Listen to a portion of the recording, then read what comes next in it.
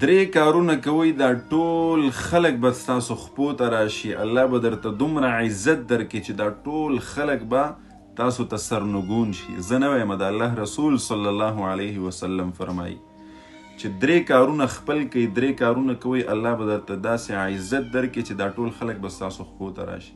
اول نمبر څه دی؟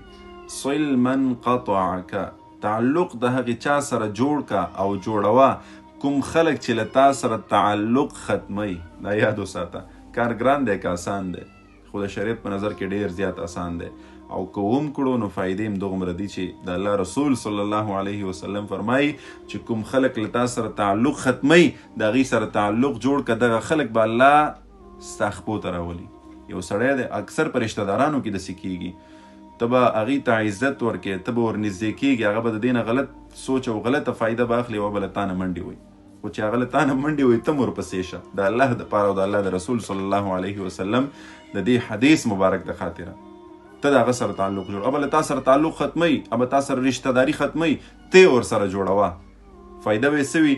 الله به یې درته دې حد ته راولي چې ستا خپو ته به یې راولي، دومره به یې الله ذلیله کړي، او تا ته به الله دومره عزت درکړي چې هغه به مجبور شي چې تا ته راشي او سرنګون شي درته. صل من قطعک، تعلق جوړوه د هغې چا سره، رشته داري جوړوه د هغې چا سره چې له تا سره یې ختموي، ملګرتیا جوړوه د هغې چا سره چې له تا نه تښتي، تا سره ملګرتیا نه کوي. یو سړی دی نیک عمله دی، شریعت ته درست دی، صالح دی، مؤمن مسلمان دی، او تا سره ملګرتیا ختموي، ملګرتیا ختمولو ته یې مه پرېږده، تعلق ورسره جوړوه، نو الله جل شانه به دې عزتمند کړي. دویم، واعف عن من ظلمک، واعف عن من ظلمک، ډیره ګرانه ده که نه؟ د الله رسول صلی الله علیه وسلم فرمایي دویم کار کوه، الله به عزت درکړي او دا خلک به ستا خپو ته راولي. هغه دا چې څوک له تا سره ظلم وکړي ته هغه ته عفو کوه. یو سړی دی له تا سره ظلم کوي، ظلم په تا باندې شروع کړی، ته بیا هم هغه سره ښه کوه، ته بیا هم هغه ته عفو کوه، معاف کوئ د الله دپاره. د الله رسول صلی الله علیه وسلم فرمایي دې حد ته به دا سړی راشي چې تا ته به الله دومره عزت درکړي چې دا سړی به ستا خپو ته راشي، دومره به الله ذلیله کړي. په خبره ورسېدئ؟ کار ګران دی که آسان دی؟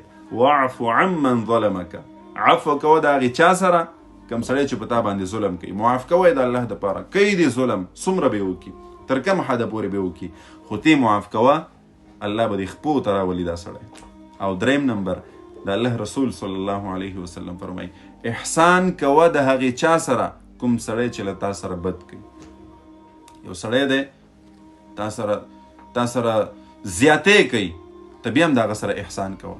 یو سړی دی تا ته یې کنځل وکړل، ته بیا هم پرې سلام اچوه. یو سړی دی ستا یې غیبت وکړو، ته بیا هم پرې سلام اچوه. یو سړی دی په تا باندې بهتان ولګولو، بیا هم پرې سلام اچوه، بیا هم ورسره تعلق برقرار ساته، بیا هم د هغه د نفي د هغه د فایدې سوچ کوه. ګوره الله جل شانه به دغه سړی دومره به یې ذلیله کړي چې ستا خپو ته به یې راولي، او تا ته به الله دومره عزت درکړي چې دغه سړی به ستا مخې ته ټیټ سر ولاړ وي. دا زه نه وایم، دا د کم موټیویشنل سپیکر چې نن سبا ډیر زیات دي او د یو بل او د خېټې نه لګیایي خبرې کوي، نه، دا د رسول الله صلی الله علیه وسلم خبره ده، د رسول الله صلی الله علیه وسلم وینا ده. دا ځمکه اسمان ته او اسمان ځمکې ته راتللی شي، خو د رسول الله صلی الله علیه وسلم په خبره کې د ویښته قدرې فرق نشي راتلی. صحیح چې ویلي دی هغسې به کېږي. نو لهذا دغه درې خبرې په خپله زندګۍ کې راولئ، الله به مو عزتمند کړي، او دغه درې قسمه خلک دا به ستاسو خپو ته راشي. الله دې په اول ما ته بیا تاسو ته د عمل کولو توفیق را نصیب کړي.